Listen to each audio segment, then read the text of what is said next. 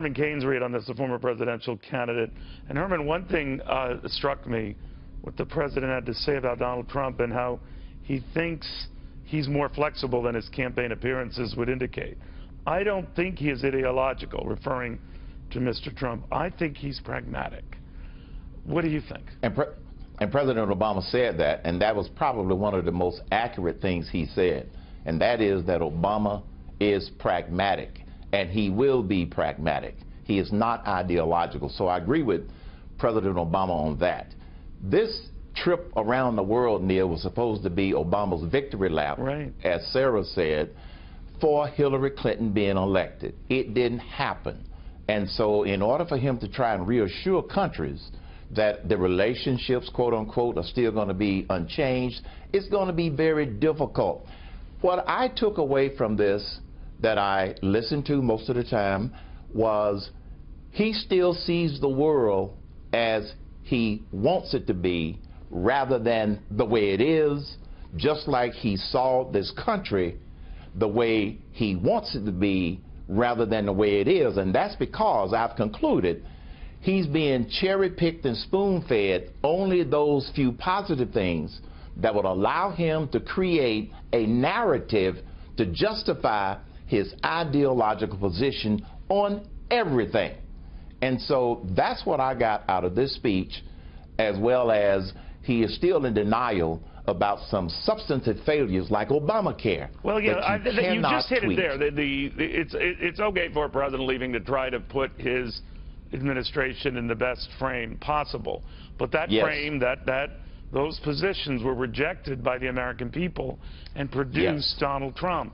Now, he tended to pivot a little bit to talk about how Democrats have to be everywhere and in each and every locale. Talked about his experience in Iowa when he did that, as if it was a political failure on Democrats' part to get their ground game on. I'm just paraphrasing here.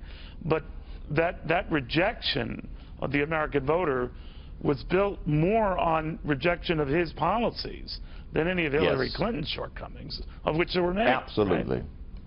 Absolutely, I agree with you. And here's the other difference between President Obama and President-elect Trump.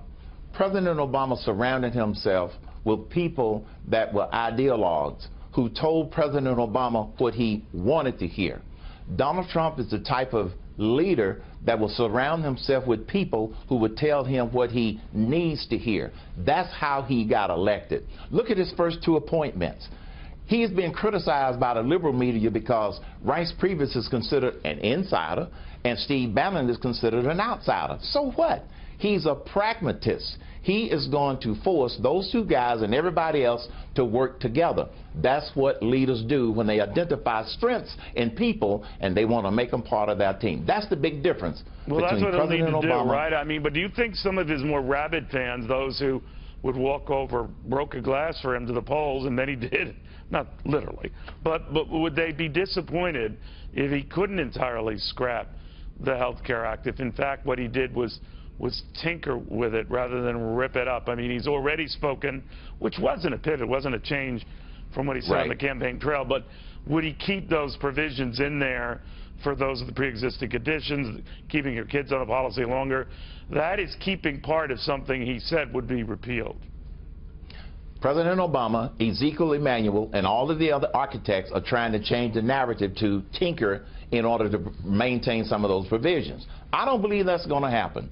Donald Trump, as a leader and as a problem solver, understands something that all problem solvers understand. First, you take the problem and you dissect it into pieces. Secondly, you prioritize those pieces. Thirdly, you then start solving those pieces. He understands that. You can repeal the entire Obamacare and maintain all of those provisions that President Obama feels so passionate about. And keep those 20 million who have insurance, because the last thing you want is a crisis. Exactly. And one last point, Neil, one last point.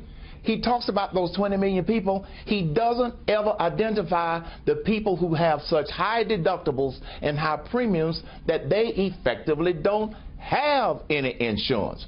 That's what they never talk about. And I believe that there are more people than that 20 million number than there are who now have insurance who wouldn't have had it. He's being told what he wants to hear, and that's why he sees the world and this nation as he wants it to be. Well, he's flabbergasted over those results, as you can still see in his You can tell message. I don't have an opinion, Neil. No, okay. no, I was wondering where you were coming from. Herman, always good talking to you. Thank